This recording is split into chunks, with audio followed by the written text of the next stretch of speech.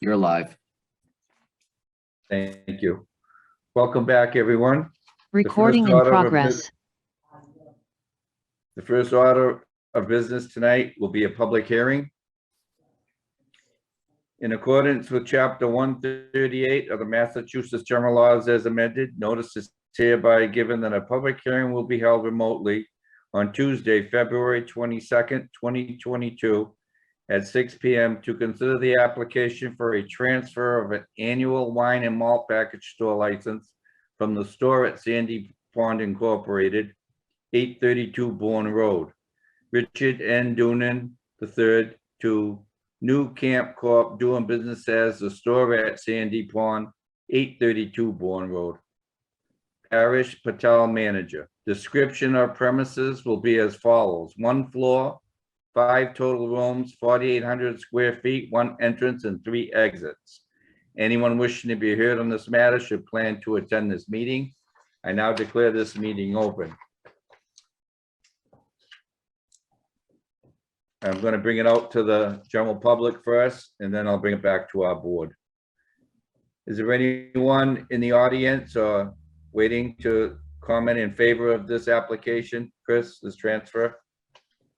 No, sir. Is there anyone wishing to speak in opposition of this transfer? No, sir. Seeing none, I'm going to close it hearing to the public and bring it back to the board for questions and their wishes. Gentlemen, Thank you, Mr. Quittel. Matthew Porter here. I'm the attorney for New Camp Corp. So if it pleases the board, I can just give an overview of the transaction. if you'd like, sure, go right ahead, sir. Sure. So this is the transfer of the beer and wine license that's related to the store at Sandy Pond. The sale of that business at 832 Bourne Road in Plymouth. Along with me today is Paresh Patel. Mr. Patel is the president of the corporation. He'll also be the license manager. Very experienced operator. He has other liquor store locations as well as convenience stores with a business in Plymouth as well. So very experienced ownership group coming in here. No major anticipated changes to the store whatsoever. No changes to the structure or the business hours. There is a pledge of license to Rockland Trust, who is financing the transaction, but otherwise a pretty straightforward transfer of the beer and wine license. Thank you. Any questions from the board from Mr. Patel? Bringing it back to the board. I'll make the motion to approve.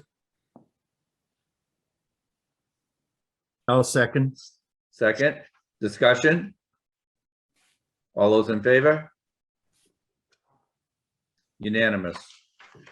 Thank you and good luck. Thank you. Thank you, sir. Have a good evening. Okay. Public hearing on the cemetery fees. Mr. King, are you presenting? Yes, can you hear me? Barely, but welcome. Welcome, Select Board. So I'm here tonight to ask for your support for raising rates in the cemetery. They haven't been done in about 9 years. Currently, our rates are a lot lower than surrounding towns or private cemeteries. First, I'd like to explain to you where the money goes in the cemeteries as far as where the funds go. So when someone purchases a lot in Plymouth, half of the lot is split and half of it goes into perpetual care, half of it goes into sale of lots. Both of those funds support the department with equipment, projects, supplies that are needed to maintain the town cemeteries. We do have one revolving fund that's generated through the sale of foundations. That fund is utilized each year for mostly tree work, stump grinding, stone repair, and water line repairs also. So with that, in the last 2 years, the cemetery that abuts us has had 2 price increases. In the last year, the cemetery that's farther down on the Carter line has had at least 1 price increase. The prices that we have been charging the townspeople for many years has been on the lower end. So I believe it has increased the sale of lots. People are buying more lots than they need. And that has been an issue, especially considering that we're running out of space. So my suggestion is, which I hope you have in front of you, my proposed rates. I know Harry last week was in supportive of the non-resident rate. And if that is an issue, that could be increased also through the board. I'd be glad to answer any questions you might have.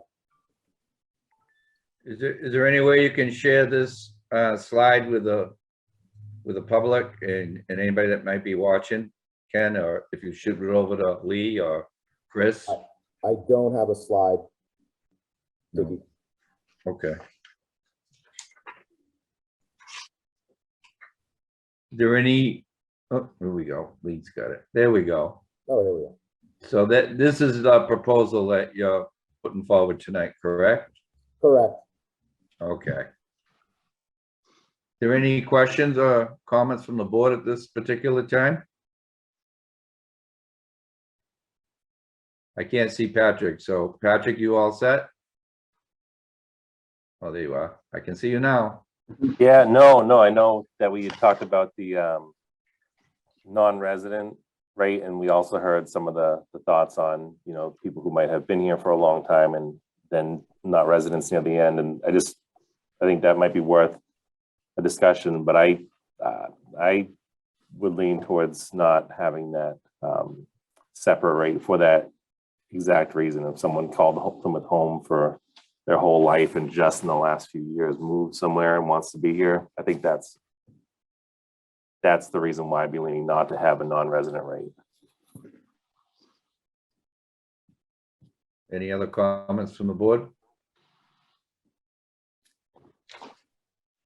And this would take effect immediately, Ken, right? Correct? I would like it to. I mean, I would like to give the cemetery, the funeral homes about 2 weeks notice for the rates, but as far as lot sales, I would like that to be placed immediately if possible. Charlie, and then Harry? Hey, Kenny, and I know I've seen it because you've given it to us. What are the non-resident rates for competing cemeteries? That I don't have right in front of me. I mean, some of the towns, it's usually right around the $200 to $400 range. Duxbury is about $200. They're right around the same price as we are. Currently, our lots of residents are $800, non-residents are $1,000. No, wait a minute, no, because we're currently at 1,000 for resident. No, we're at $800. 800. I'm sorry, and It's you want to go to 1,000. 20, you want to go to 2,400. Correct. So what are the other towns? What are they, 1,000, 1,200? About 1,000 to 1,200, correct. Yeah. I will say that some of the other towns have not revised their rates in a much longer time than the town of Plymouth. They do not sell as many lots as we do. They don't do as many burials as we do. It's just, it also, when you start looking at the private cemeteries, how much a lot is, sometimes they're more than 3 times what the town of Plymouth is charging. I mean, I agree with, Unfortunately, our lots are selling quickly because of this. I agree with Patrick and Harry, but there's also supply and demand. And until we get some new cemeteries online, which could take, I'm not sure how long it's going to take, a couple of years, a few years. You know, we have a real supply problem. So I think we have to have a different price for non-residents. Does it have to be 3 times the price? Probably not. But I think it should be higher than the resident price. Well, my proposed rate would be twice as much. A resident lot would go up to 1,200 and a non-resident would be 2,400. Mr. Helm? Just to address something Mr. Bletzer just said, I actually don't think Patrick and I agree. I actually agree that non-residents, because of in last week's meeting, JB and Ken both mentioned that we're selling through lots faster than we really have the capacity to handle, because we are less expensive than neighboring surrounding areas. And this proposal brings a non-resident lot from $1,000 to $2,400. I believe Patrick was saying, and Patrick, feel free to correct me if I'm wrong, that you thought that was a problem and that non-residents should pay the same amount as the proposed resident fee, which is $1,200, rather than the $2,400 for non-residents as opposed. Am I correct? Yeah, I think I might have misspoke a little bit. I think it was that there's a $200 differential now, and what we're proposing is a $1,200 differential. That's kind of, so it was the kind of increasing the surcharge is mostly what I was kind of So it's looking not a little bit at, but Yeah. might have not been really clear earlier, but but I agree, I would still be in favor of this if, this is the recommendation. I just think that, that example of someone who, and, Ken can probably be the one who sees and is on the ground and talks to people most. It was sort of a compelling, example of when someone, lived here for a very, very, very long time and wanted to come back. And so my thought was, if we got us up to more of the market rate, then we wouldn't necessarily have people that were coming here just because it was less expensive at the regular rate. But I mean, if that's the proposal, I'm not totally against the higher rate. I just think that the times 2 to 2,400 seemed a little bit like a lot. So, Well, I still feel for that person that might move down where it's warmer, and then, something happens and then want to come home and be buried here. That's my concern, but to go along and in the spirit of compromise, I will support this tonight, but it'd be my hope that when we have more space, that might be changed, or unless you have a way to address that, Ken, if you put any thought into, is somebody, I mean, say one of us, for the sake of talking, moves down to Florida or Georgia or wherever, and then, it's your hope that you come back here because some of your family's buried here, or your family's living here. I mean, that was my only issue. It wasn't, if you were saying to me, this guy from California is, flying in and is gonna be buried here and, with no ties at all, then actually it's different. But how do you figure that out, I guess? Well, it has been a struggle for me to, to think about denying non-residents with what you're talking about right now. But when we don't have extra lots to sell, that's Right. the issue that we have in front of us. The lot sales should just never be on the cheaper end. I've had many people tell me how cheap the town of Right. Plymouth is. On the grand scheme of things in a funeral, a lot price in our services for burials is extremely cheap. A lot of the money that is generated from these funds, and in the last 2 years, it's probably generated $450,000 with equipment in projects, pending projects that aren't on the tax rolls. It's being supported by user fees.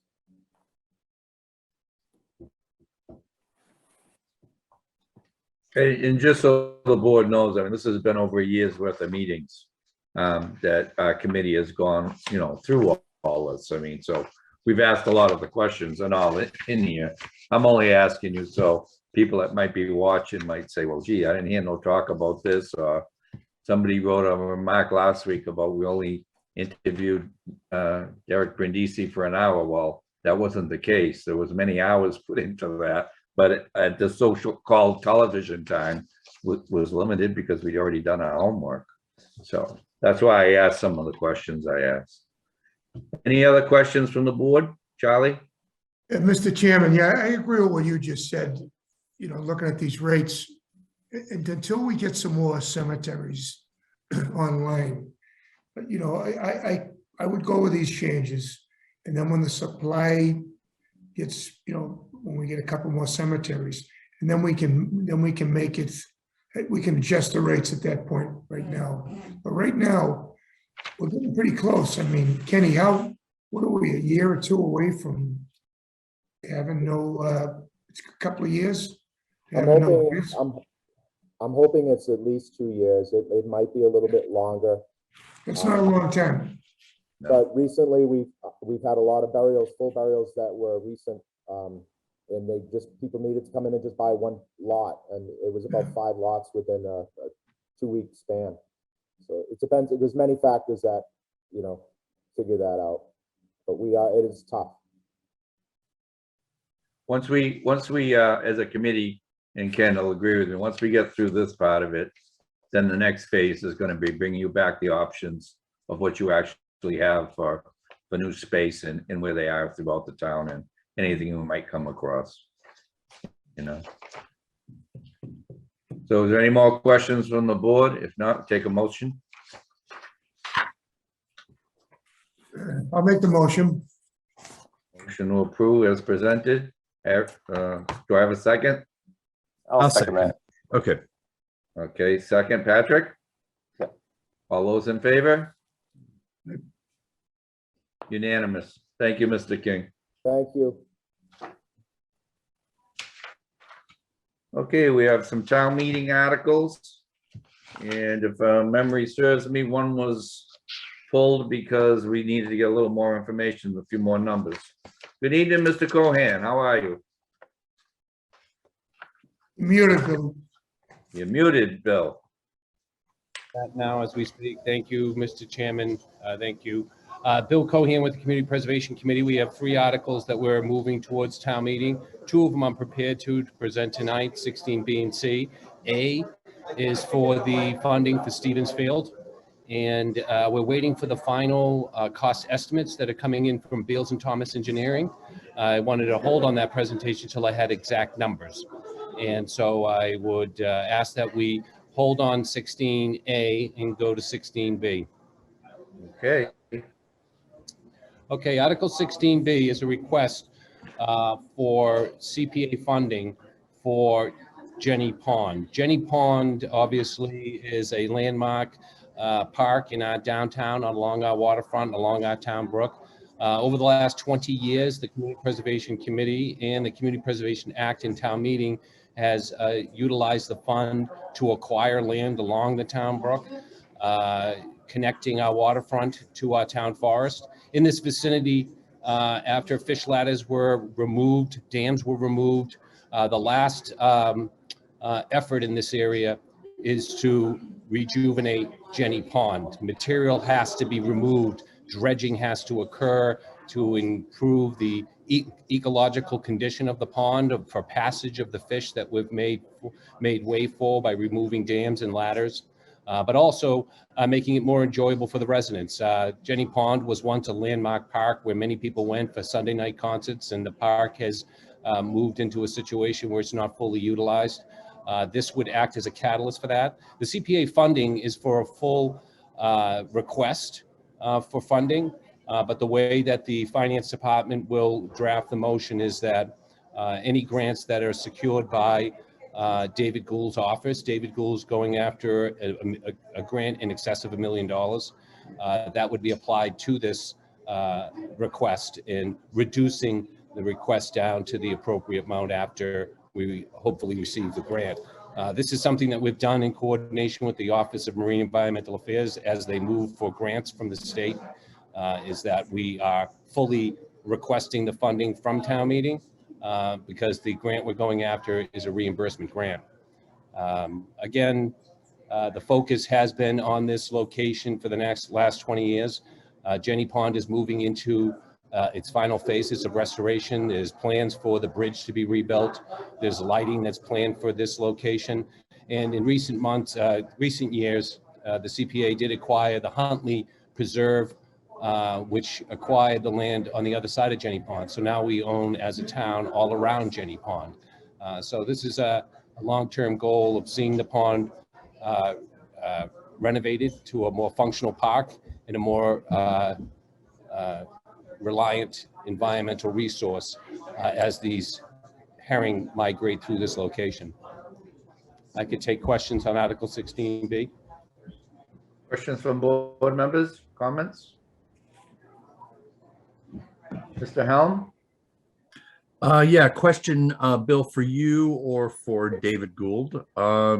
if one of you could go more into detail as to what this project entails, the environmental reasons, the herring reasons, and also the details of the project itself, I would appreciate it. Thank you. David's here to answer those questions. David? Good evening, everyone. So this project would entail dredging of Jenny Pond, which is an artificial impoundment. It's created by the presence of Jenny Pond Dam. That was last dredged in 1968, so we're talking about 54 years of accumulated sediment that has migrated downstream during that time frame, as well as sediment that's gone down as part of the dam removal project. So the capacity of the impoundment, when we looked at it from a natural perspective, it should be dredged about every 25 years. So we're well in excess of that at this point in time. So that would be the natural bed load that migrates downstream. And since Jenny Pond is the last and now the only dam on Town Brook, that's where most of the sediment will settle. The proposal calls for an increase in depth of about 5 feet. So if you're standing at Spring Lane, which is the road that goes into Jenny Park, standing there, which is the dam, went over to the footbridge. From the dam to the footbridge, you would have an increase in water depth of down to 5 feet. That material, based on the testing, is similar to all the other material that we've removed from Town Brook over the years. Throughout the various dam removal projects, we've removed in excess of 15,000 cubic yards that otherwise would have made it down to this location as well. That material has some elevated levels of lead from leaded gas use that came into Town Brook from Route 3 years ago, as well as arsenic from agricultural upstream uses. So because of those elevated levels, that material will need to go to a landfill in the Commonwealth. And that's really the biggest driver of the cost, is the trucking and the disposal tipping fee. We would implement this dredging through hydraulic dredging as opposed to mechanical. So we're not going to be out there with excavators and that type of thing. We're going to do it by hydraulically dredging, which is essentially a huge, if you want to think of it as a big hose with a suction tube at the end, which would then pump it into things called geotubes. A flocculant would be added to that, and it would dry out in those geotubes. When the material is suitably dry, those would be cut open, put into trucks, and driven to the landfill for disposal. That is the cleanest, most efficient way to dredge in a location like this, especially when you're getting in and around infrastructure and roadways, the spillway of the dam, and those types of things. So it also results in the most maneuverability. So you're not driving trucks and excavators on the shoreline. You're just simply using the hydraulic dredge to pump it to the location which you're going to temporarily handle it. So unless there are other questions, that's the overview I can provide right now. Mr. Blitzer? Yeah, David, what's the time frame for this dredging? How long will it take? The actual construction shouldn't take more than 2 months. And I'd say the largest part of that is going to be having those geotubes located in the back of the park while that material dewaters. Then they'll be cut open and put into trucks. So the time of year restrictions that we're going to be working with for this project is going to be a late fall, winter project based on time of year passage for river herring. So this will be a strictly late fall, winter time project. So shouldn't impact any of the businesses significantly or any of the tourism that you would normally see in spring, summer, or fall. So where will you stay? Will all the equipment be staged and is there So a lot we're gonna be utilizing the far back of the park. So in and around the vicinity of the cul-de-sac, way in the back, there's a lawn area and a cul-de-sac back in that location. That will be the area in which the geotubes will be located. So up near the grist mill, up that end? As far away from the grist mill as you can in the park. So that parking lot winds past the footbridge towards the very rear of the park, where there's the cul-de-sac where the buses turn around. Everything Yes, okay. that far back portion of the park itself. Okay. All right, thank you. Any other questions for David or Bill? I just have one comment, Bill. I spoke briefly to you about it.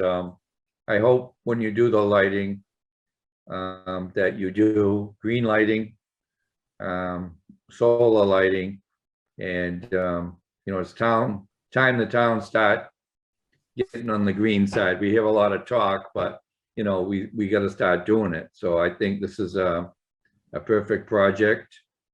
And I hope you will do that. And I hope the town meeting members watching will remind you of that at town meeting, or if we can include it in our motion tonight. But however, I trust you. If you say you'll look into it, that's really what I hope. So.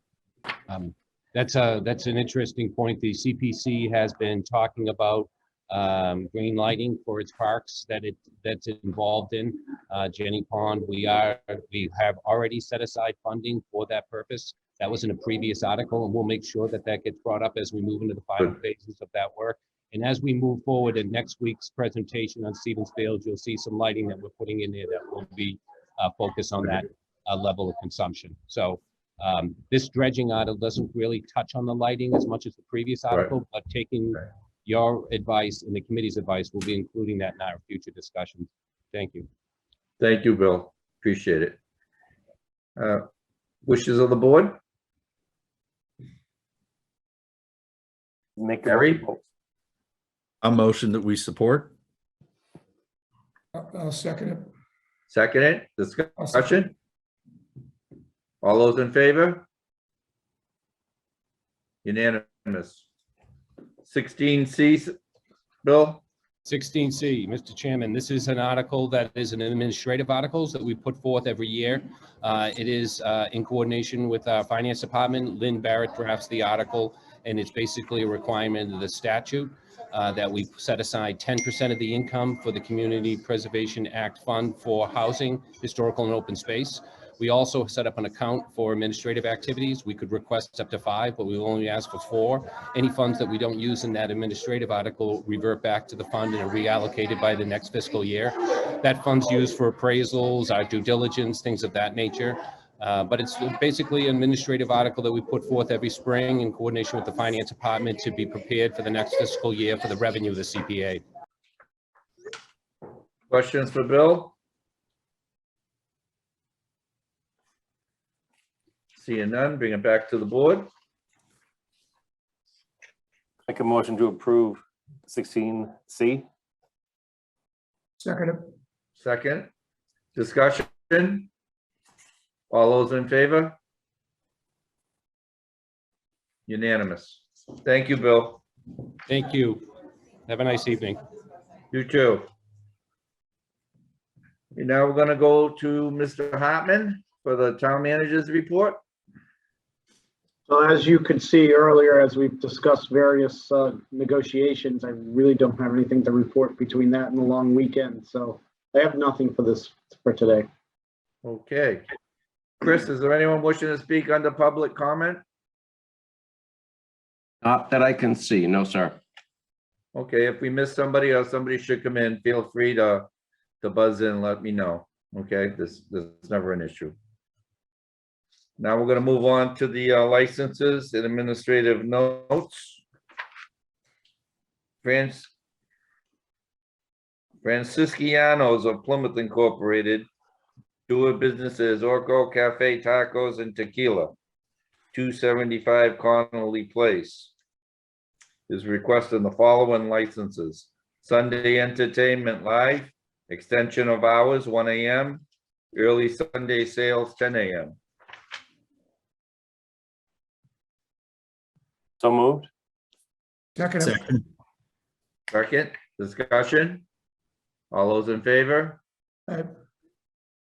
Unanimous. We have 6 administrative notes. Any questions or comments, or anybody want to take any separate? Mr. Helm? I'd like to request that we take number 5. The board will vote to allow the April 2nd, 2022 Springtown meeting separately, as I know that there are representatives from the Committee of Precinct Chairs who wish to speak but they, I do not believe, anticipated that we would move so quickly through the agenda. Okay.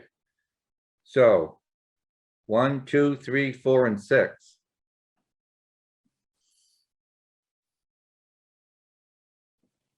Do we have any movement on those? Get some movement on those. Move those. Okay. Do I have a second? Okay. Second. Discussion? All those in favor? So unanimous. 1, 2, 3, 4, and number 6. And number 5, we will take up separately, as there may be some people willing to speak on this. And Lee, before we do that, can you just touch on this a little bit so everybody understands it first? Okay. And also, we put this on at the end of last week. We hadn't gone through all the logistics. So I'll note a couple changes to the memo you have. So the way this is set up is if town meeting votes to go virtual, then we're all set and we go virtual and we proceed through town meeting just like we've done before. If there's not a majority of town meeting members willing to meet virtually, that means we have to go to a plan B. And without this administrative note, the plan B would be that we'd have to start all over, repost the warrant for a new time and date certain, and go through the whole logistics of rescheduling town meeting. So what this allows us to do is to go ahead remotely for that Saturday. If there is not a majority vote of town meeting for that, we would then be able to have an adjourned session that could automatically go straight to and the recommendation after we've gone through and talked to the town moderator, the school department, PAC TV, and electronic polling would be April 16th at 8 a.m. And also, so to note 2 changes to that memo you have, it would be April 16th at 8 a.m. And we want to make it clear it's both the spring special and the annual town meeting that would be moved or adjourned to that night if we can have a majority vote to go virtual on the first Saturday. Okay. So does that clarify it for everybody? Or do we need to have a discussion over this? Just a question on the date. It says the 4th. Is it Right. the 16th? Right. So what happened is when Right. Chris and I first put this in as a placeholder, I would call it, for the board, we hadn't gone through with the town moderator, the school department, Okay, PAC got it. TV, and electronic voting. And after we talked to them over the weekend, we found that Saturday, 16th at 8 a.m. would work best for everyone and gives them time to adjust to have to do it in person.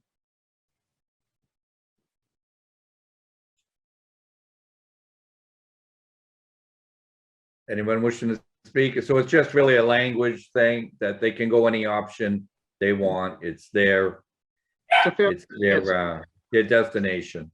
Right. So if town meeting chooses not to go virtually, this gives us Right. the ability fairly quickly to do Just covering it so that they can, right? So Mr. Bruce, did you still want to comment on that? Please. Thank you, Mr. Chairman. Thank you for letting me speak. I'm speaking on behalf of the precinct chairs. We had a meeting last night and had a lengthy discussion with the moderator on the form of town meeting. Just a little history. Months and months ago, when the moderator came to the precinct chairs talking about how he wanted to do Springtown meeting, we signified to him that precinct chairs really wanted a in-person part of that town meeting. And we pleaded with him that he have both in his pocket, that he was working on both, so that if we ended up where we are, you know, the numbers are going down and it's getting safer, that we would be able to do some form of in-person meeting. And with all due respect to the moderator, it doesn't seem like that happened at all. I know that moderator keeps touting the fact that the legislation gives him the power to do whatever he wants. And I just would just like to make a couple points. Town meeting is a responsibility. becoming a town meeting member. My father was a town meeting member for 30 years, and he told me that one of the things that, basically you need to pay attention throughout the year, but twice a year, you met, you assembled, you discussed things. And face-to-face discussion and debate is what makes town meeting the sheerest form of democracy. If I'm standing in front of one of the department heads and I ask a question, it's going to get answered. And right now, the way it is, they call it in. The department heads do a video weeks before, and it's just, I fear that we're getting away from our responsibility. I hear a lot of town meeting members. I've got 2 town meeting members in my precinct who have never been to an in-person meeting. And I fear that we're calling it in, and that I've got town meeting members saying, well, it's so much easier and so much nicer. It's not town meeting, and it's not the form of democracy that we need to have in-person town meeting back. And I continually hear from the moderator, well, next time we'll have, we'll look at it. I urge this board to reconsider its vote to allow town meeting virtually. And I would rather that we make some decisions before town meeting instead of having to have town meeting, getting it voted down, and then having to go to the 16th. I know Alan has, we took a poll of town meeting members, precinct chairs does. Alan has that, and I'm sure he's going to mention that. But I just urge this board that we really need to, look at town meeting and get back to what we're supposed to be doing. It's, I hear people saying, well, it's so much easier to be virtual. Well, you signed up to do a job, and part of that job is go to town meeting twice a year in person. Thank you. Thank you. Lee, I have to ask you one more time. By us voting this, that gives them the right to open up town meeting and vote to go virtual or in person, correct? We're correct. I think though what Mr. Brewster is referring to is he would like you not to even do that at all. Make the decision on your own and just have town meeting as an open town meeting in person and not put it to a vote of town meeting. And when do I have to decide this as a board? Well, logistically, we should be doing it as soon as possible. I would also have to check with town council that if you choose not to do this, whether or not that forces the Harry, I moderator. can see you. Can you wait? Lee's got the floor, please. I'd also want to check with town council to see if you choose not to allow for a virtual by not sending the memo if that settles the deal, that it then has to be in person. Lee, if I may, I believe you'd have to have somebody who voted in the affirmative in the last vote about virtual meeting to reconsider. That's really a town meeting rule. Oh, okay. I'm sorry. Harry and Patrick.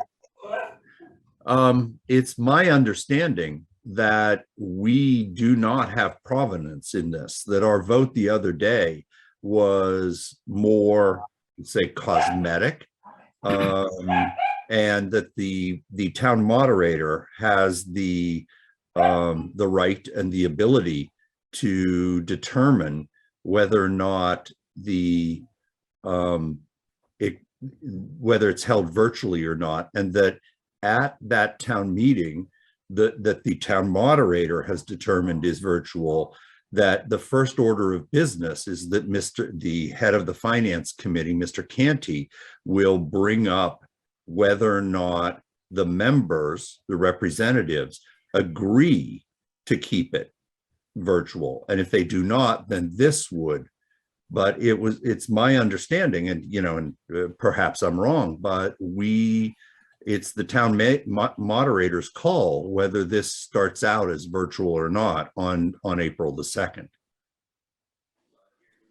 Believe you have to prove it, just like you did last week. Mr. Flaherty? Yeah, I just wanted to make sure we clarified that what we're being asked to vote on tonight is about allowing for the in-person meeting to happen 2 weeks later if it's voted down by the town meeting body. So I think I heard something that we've heard a couple things that weren't really accurate. So I think what Mr. Brewster is saying is the board could bring up and reconsider an earlier vote, which was a recommendation, or I'm not totally sure if that was us allowing it or if that was just a cosmetic, as Mr. Helm said, but that's different from what the actual note tonight is more just saying, hey, we don't need to totally undo everything with town meeting if the vote is not to have it virtual, but rather have it in person as the backup for that, if that's a no vote. So I think that's, two separate things that are sort of coming together here that are a little bit different. But the piece that I think is really, really important, which I don't know the answer to, is that when we voted previously to have the town meeting be virtual as an option, was that giving the moderator the option to go virtual or in person? Or if we didn't do that, would there not have been virtual on the table from a statutory standpoint? I think that's the piece that I don't know what the answer is. I thought that was the board giving the option. Otherwise, there wouldn't be the ability to do virtual town meeting.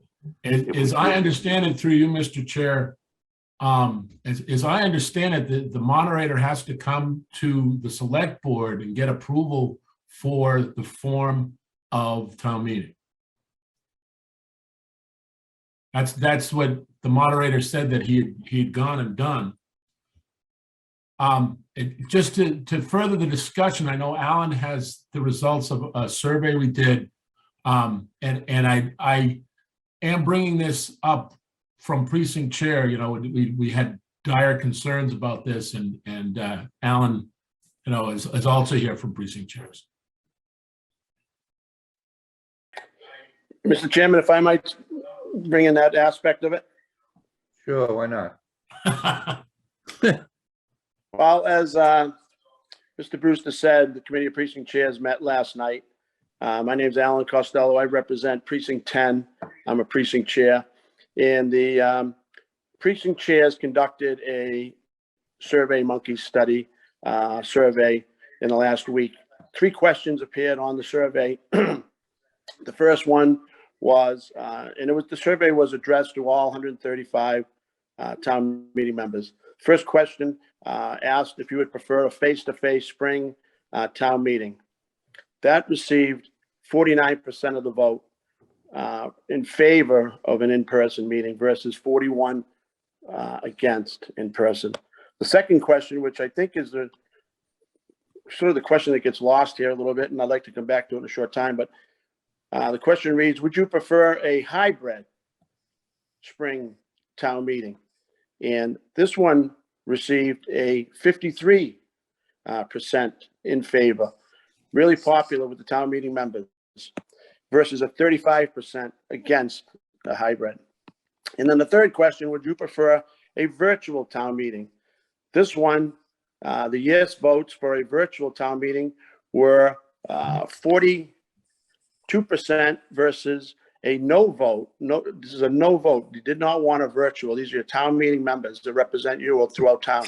48, almost 49% did not want a virtual town meeting.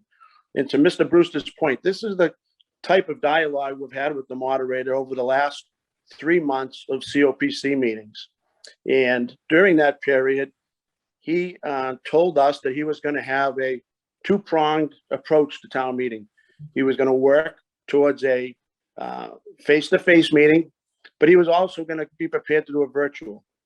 And then some things happened with the spike of Omicron, and the Board of Health made some decisions. And I think the moderator at that time went on a little bit of his own and went after the virtual. He went, waited for the legislation to go through on the state level, involved your committee, your board, and he needs your approval in order to have a strictly virtual town meeting. Mr. Helm is right.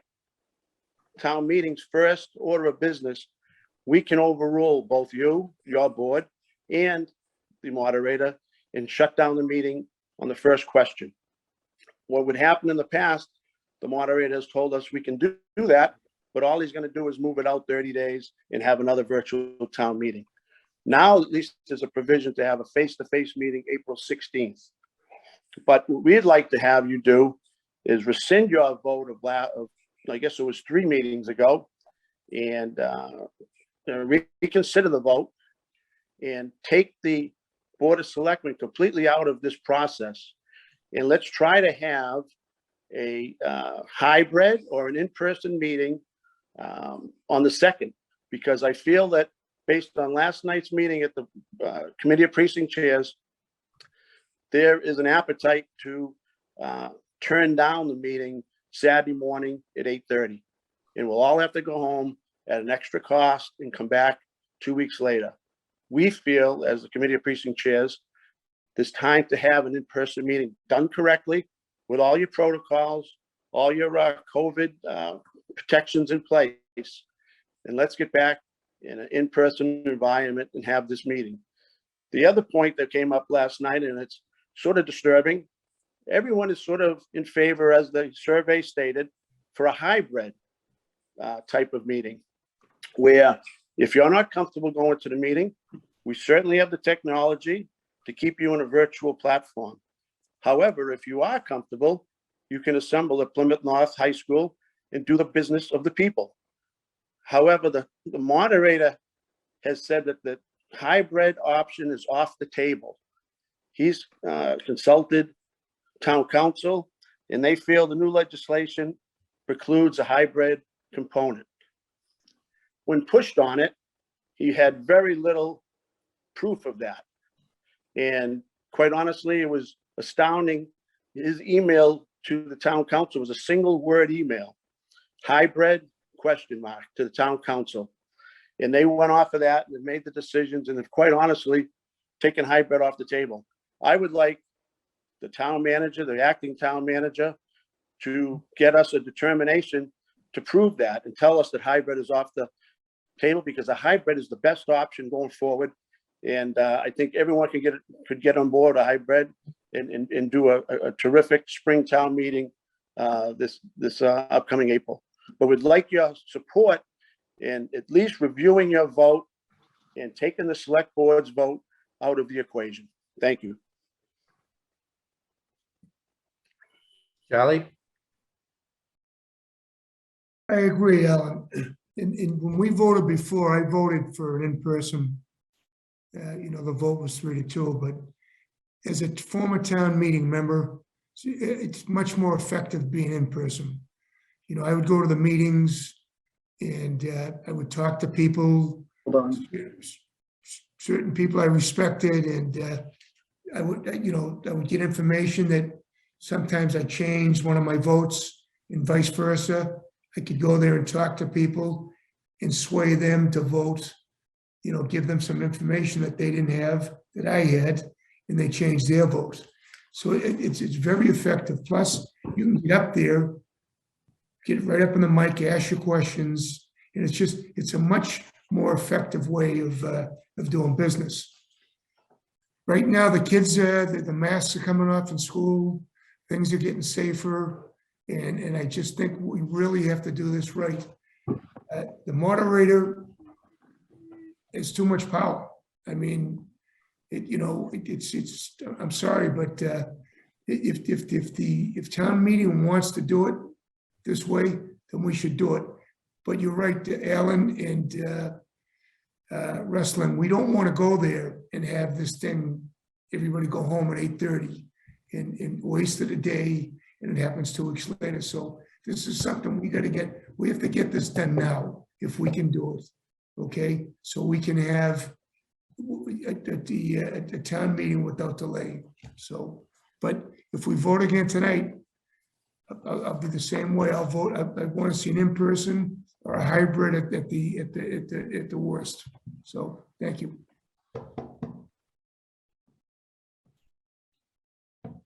Mr. Hutchinson would like to say something?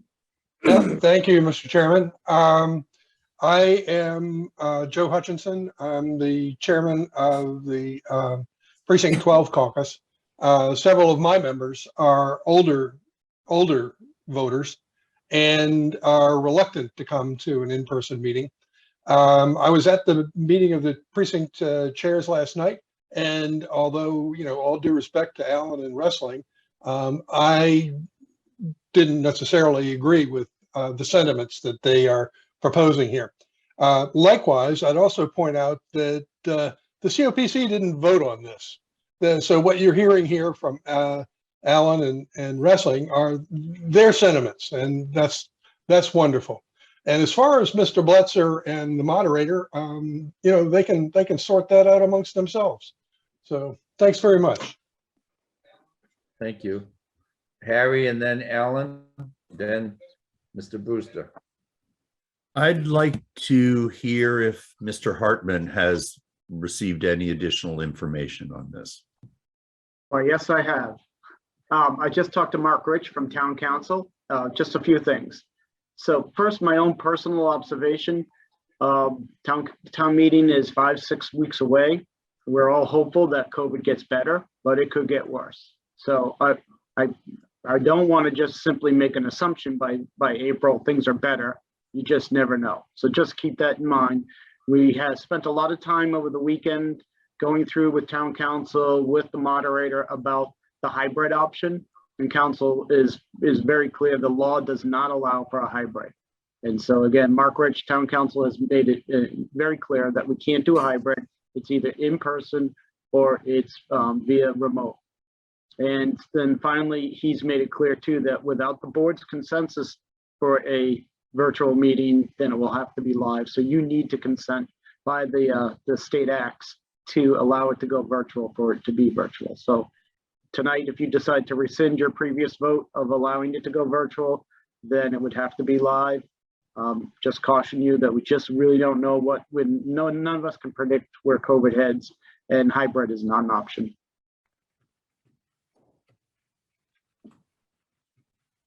Yeah, Mr. Costello.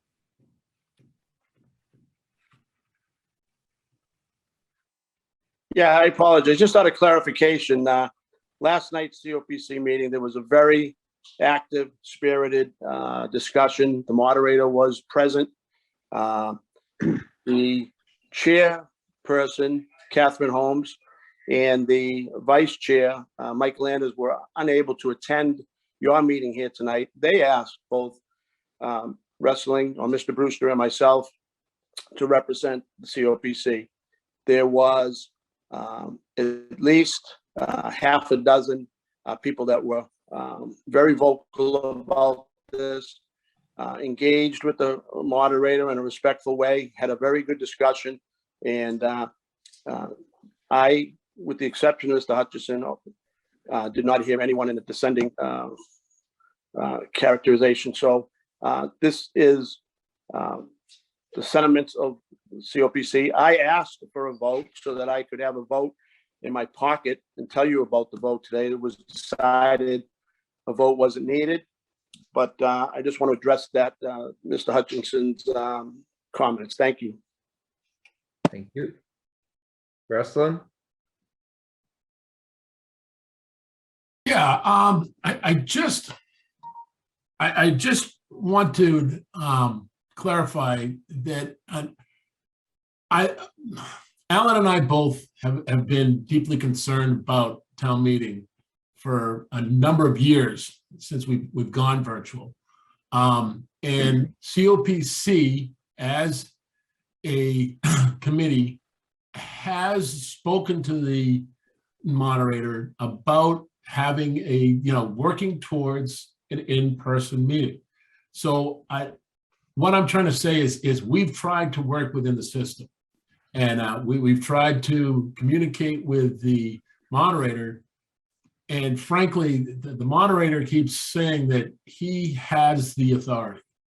And it's, to me personally, speaking personally, I'm troubled by that. I'm troubled that the moderator has got a lot of authority here. And, town meeting is supposed to be the surest form of democracy. And if we're not, somewhat in charge of our destiny, then, it's kind of not having the surest form of democracy. And I totally understand, that you guys have taken a vote. I understand that, some people do not feel safe in town meeting. At some point in time, we've got to get back to a in-person. And it's, I've been thinking a lot about this. And when I signed up for town meeting, I did it because I can commit to that. I can commit to coming to town meeting twice a year. I'm not a selectman because I'm a working stiff. I can't commit to what you guys commit to. So, and I would say to people who are hesitant to go, back to in person, you signed up to be a town meeting member. And, I understand we're in difficult times, and I totally appreciate, this board's, what you've been doing and what you've been thinking about. And I just ask you to continually think about this and have it an important part of your discussion. Thank you. Any other comments from the board or questions? Anyone else wishing to speak, Chris? No, sir. Harry? Yeah, I just kind of want to comment on what's going on in general. I'm concerned that tonight, voting on administrative note number 5 presents a number of problems. First of all, we're not a full board. So what happens if we vote on 5 and it's 2 in favor, 2 against? What happens to administrative note number 5? Does it just go into oblivion? Also, I voted in opposition to a virtual town meeting a few weeks ago, and I'm confused about how I should vote on this, quite frankly. I need to think about this, whether I vote no and then risk having the inability of town meeting members to actually control their own destiny, which I feel they're kind of asking for at the Saturday meeting. Because if I vote no to this, which I had previously voted no on conducting a virtual town meeting, if I vote no on this and, we don't pass this, then the town meeting member, we've basically overridden a process that would take place at town meeting, where the town meeting representatives would once again control their own destiny. So I'm really torn on this. I really have to think about it. And I really would ask that we bring this back to next week's town meeting, or next week's Board of Selectmen, where we'll have a full board, and we can really spend a week. I can spend a week thinking on what my position is going to be, because I feel like I'm straddling a fence here. Chairman Quintel, if I could. Sure, go ahead, Lee. Yeah, we do have time to do that. And then just on a 2-2 vote, that would mean that motion did not pass, and your original vote with just the virtual vote would stand. So if there was a 2-2 vote today, then that would mean that the original vote that you had that said we can do it virtually only with no option for in-person, that would stand on a 2-2 vote. But we do have time to put this on for next week.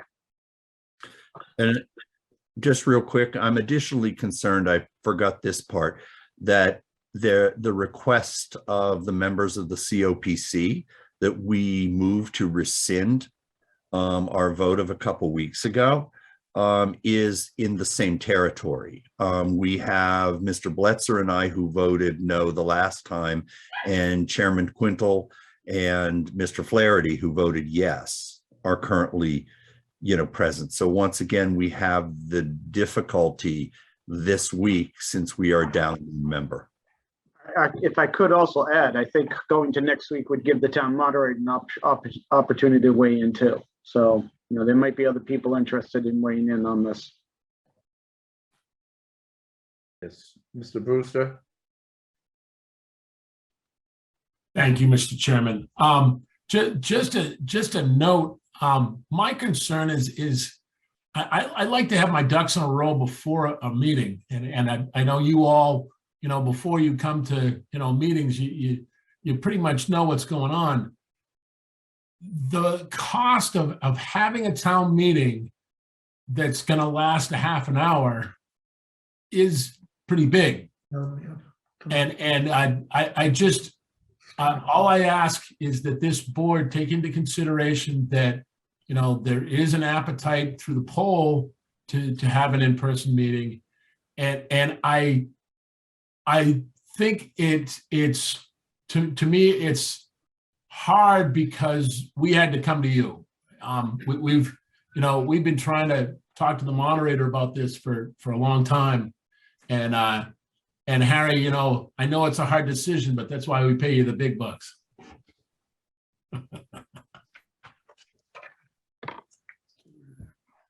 Yes, Terry.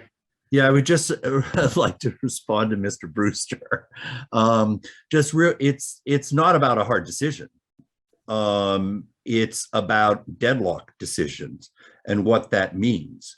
If we go forward tonight without a full board, okay, we run the risk on anything we do of being a deadlock 2-2. I'm not going to assume how anybody's going to vote, but just based on the last vote we took, you've got 2 of the members who voted yes, and you have 2 of the members who voted no.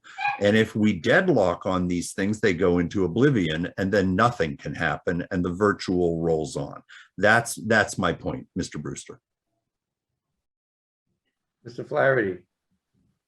I don't think that's procedurally how it would work, but someone else might be able to speak to that. I think it's just, it doesn't pass. And then if we ever brought it back again, you can always re-vote, re-motion something if something doesn't pass. Certainly wouldn't go into oblivion. I think my thought on this administrative note is that if this is moving forward one way or the other, that ends up where there's a virtual town meeting and the town meeting does not vote to have a virtual town meeting, then that's now town meeting has gone into oblivion. So there wouldn't be a future date set for the in-person version of the town meeting if we don't approve this. So I see this as a way to say, if town meeting chooses its own destiny at town meeting and wants to have in person, this is the safeguard to make sure that town meeting, town business does happen in 2 weeks' time after that, as close to the date as reasonably possible. So I think there's 2 separate things going on. There's this, which protects town meeting from not happening at all.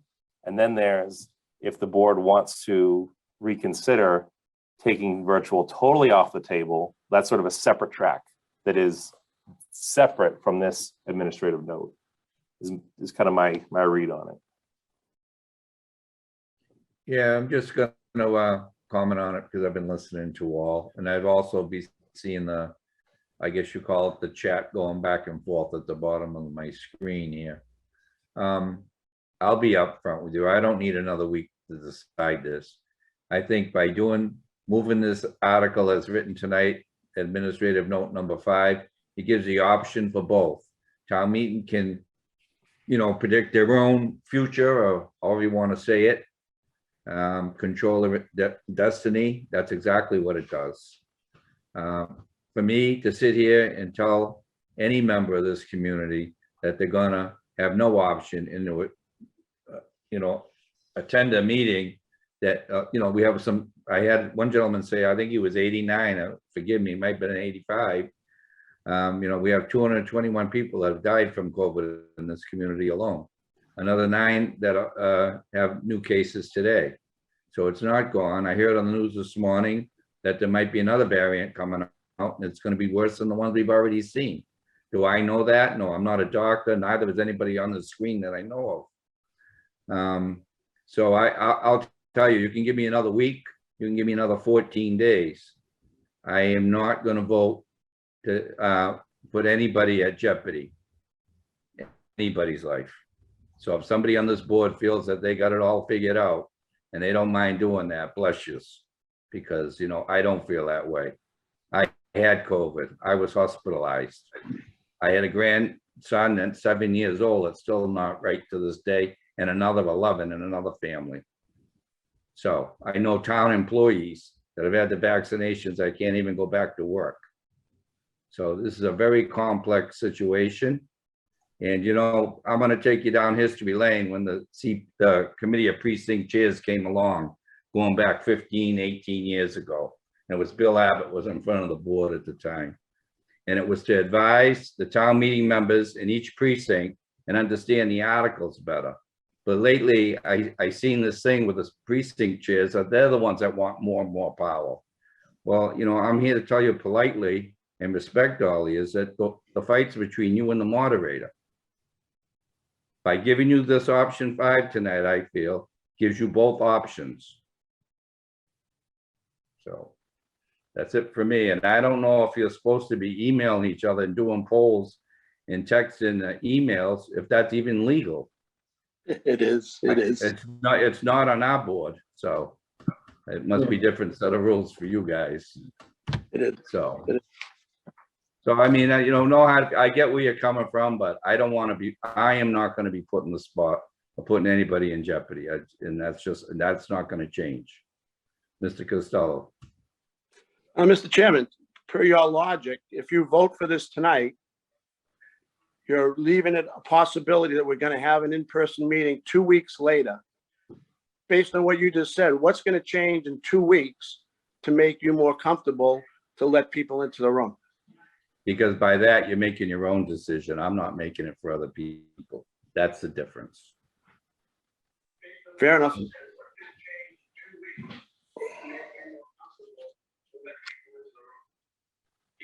May I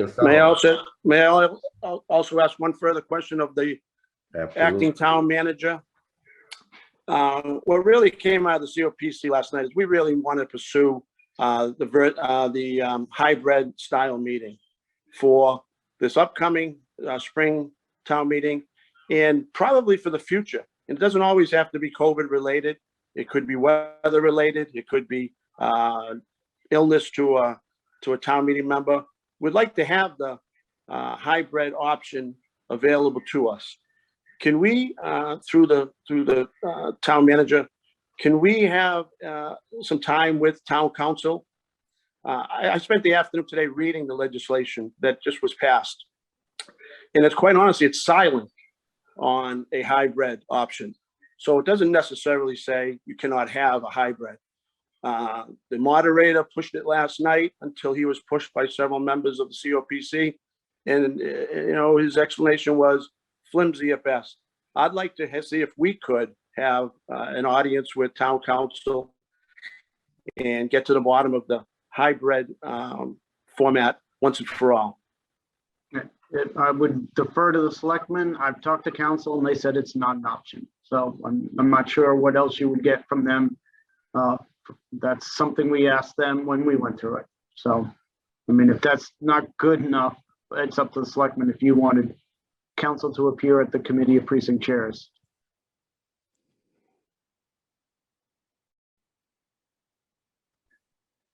Mr. Donato, did you want to speak? Yes, Mr. Chairman, my name is Al Donato, town meeting member from Precinct 12. Let me just try to shed a little light on this, why there's a lot of confusion. Normally, when a town meeting is called, the warrant would come before the select board and you would just call it as an administrative task. It wouldn't be any problem with that. And I'm sure you'll do that with this as well. Because of this emergency order, which is what this is, and this happened in Saugus, it gave the authority, they had to put somebody in charge, the moderator in charge under this emergency situation. And like my colleague, Mr. Costello said, I've read the legislation, and yeah, it does not, I'm surprised that they do not dovetail. It's either A or B. That's the problem here. And today I emailed the committee chair handling this legislation, and I expressed to them kindly that they need to look at dovetailing the possibility of remote access in there, probably for now and in the future. And I think that's probably what's going to happen. So there is a chance they could maybe act on this. I would suggest our delegation work on this. I know the moderator had mentioned it last night. But our town charter is clear. Town meeting rules and reins on how it will operate. So I guess with respect to that, town meeting needs to decide that, but it triggers, these many weeks. That's the problem here. Hopefully, we could get a change in the legislation. To cut to the chase, we need a change in this legislation because there are many people like myself that are uncomfortable in being in person, and that should be for people wanting to be sworn into office. And I think, like I wrote in today's letter, that would help older people that can't get out of the house to be involved in government. It would help younger people. We're trying to get people in their 20s and 30s and 40s to be involved in local government. If they could access remotely, if they're away on business, I think this would be a good way to promote younger people being involved in town government, knowing they can do it remotely. So thank you for your time, Mr. Moderator. Mr. Chairman. Anyone else wishing to speak? Comment? Mr. Brewster? Mr. Chairman, I just want to thank you for allowing us this time. This is an important discussion, and I think for me, I need to make sure that the selectmen understand that COPC is a representative of town meeting, and we're just trying to have our voices heard. And I appreciate you listening to us, but I really think this was a really good discussion, and I appreciate it. Thank you. Thank you. Thank you as well. Thank you, Mr. Costello. Bring it back to the board. So you want to look at 5 again next week, gentlemen? Maybe we'll put it on as a docket item, Lee, so we can get the public input and anybody that wants to speak. We'll allot 6 hours for it too, so we'll be safe. There you go. Put it at the end, please. Well, just so we don't hold up the whole meeting, that's what I mean. All right. That won't be enough. Thank you, everyone. So moving along with our list. Maybe the board will decide if they're ready to go back live by next week also. I know if town meeting is good for them, maybe we should get going. I'm in, so let me know, gentlemen. Committee liaison updates. Designee updates. Old business. That is. New business. Mr. Flaherty? It was, well, just what you brought up there about us going live. And maybe it's for, when we have our full board here, when Betty's back, but I agree. I'd be in favor of us going back in person. And I know, there's talk about having the virtual option for people who want to participate, but to have us in the room, I think is important too. So if however we got to do that, bring it forward as an agenda item, whichever way, I'm in favor of doing that. Okay. As well. Yeah, we'll just have to see what the Board of Health does tomorrow night too. Well, that was in the back of my head too, but I didn't want to say it, but okay. Is that it? Anything else on the new business? Harry? Just a real quick question on Patrick's last point and Lee's past point about the Board of Health. If the Board of Health does rescind its in-person meeting mandate, would we be able to go to in-person next Tuesday? We don't have to vote on that, do we? So, well, yeah, I think if the chair could set it, I would just have to ask Chris about any advertisings. So if you have a public hearing advertised that it's going to be, well, if it's a hybrid, we should still be okay. Yeah. Chris? So I would be more concerned about PAC and Yeah, that's true. being ready. They need time to get set up. So I can certainly chat with them about that. So if you're okay with deferring to the chair, I don't know if the chair wants to make that call on his own. No. So we could do it if you wanted to. Well, you know, while we're doing it, we need to figure out what night, if we're gonna be on the same night. I mean, I know we've been talking about it, but it's all gonna come together. We needed some parts last I knew for the courtroom. I don't know if they're in yet, and PAC has to be a part of it because they have to have the people. But I mean, we need to have a serious discussion of when we are gonna, you know, we're getting closer. So that's all. Mr. Blatzer? The following week would be easier for me. March 8th would be a lot easier if we could do that. Okay. Why don't we listen to what Lee has to report back next week, see what we got for equipment, what PAC says, and then we'll go from there. I don't know, do we have to have a different night, Lee, or we're gonna stay with Tuesday live with planning board meeting the same night, or is that gonna be? I mean, so again, as I've said, way too much on everybody's plate right now. As soon as March 14th rolls on and Derek takes over, I'll be talking to my board logistically about if they're willing to move to Wednesday night. I just, again, right now, there's just too much on the plate to pick one more thing to add to it. So my goal is as soon as things quiet down, then yeah, I'll be talking to them and see if we can get a consensus for them to move to Wednesday night. Okay. And I'll give them the option that they can either meet in the shell-up room on Tuesday night or the courtroom on Wednesday, but it would be their choice. Right. I mean, I can't speak for the board, but I mean, I'd be willing to do Wednesday night too. I mean, that doesn't. And that's up to this board. It keeps peace. I mean, that doesn't matter to me.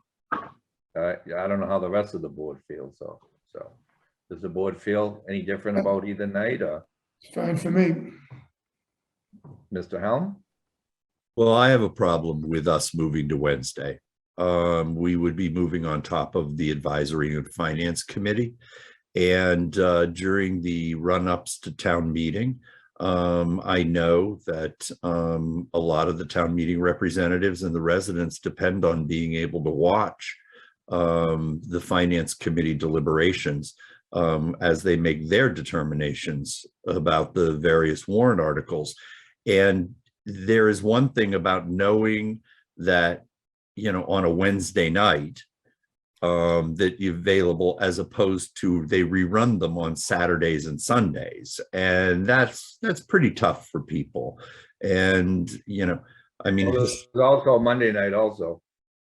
well, that's, I mean, I wouldn't just do it during this season anyway, but I mean, Yeah, I that would would- wait. I mean, yeah. I wouldn't cut them off, no. okay, cool. Just as But I'm long saying, as, just looking for options out there, you know, maybe moving forward, maybe they'd be willing to use a Monday night, and that would, and everything would just work out, but. well, You listening, Derek? So we can get this figured out and get to work okay. peacefully. Okay, now we're gonna go back in executive session that we had earlier because we did not finish. So I'm gonna read the order one more time for somebody that may not have heard it. The select board will hold an executive session pursuant to Massachusetts General Laws, Chapter 30A, Section 21, Paragraph 3, to discuss strategy with respect to collective bargaining or litigation if an open meeting may have a detrimental effect on the bargaining, negotiation, and the chair so declares. Following executive session, the board will not be returning. That's okay, Lee? We don't have to, Yes. right? I mean, Yep. Okay. All right, do I have a motion to go in executive session? Make the motion. Motion. Motion and second. Second. Mr. Blatzer, Yes. Mr. Helm, Yes. Mr. Flaherty, Yes. and myself, yes. Thank you for watching. Have a good week. We'll see you next week.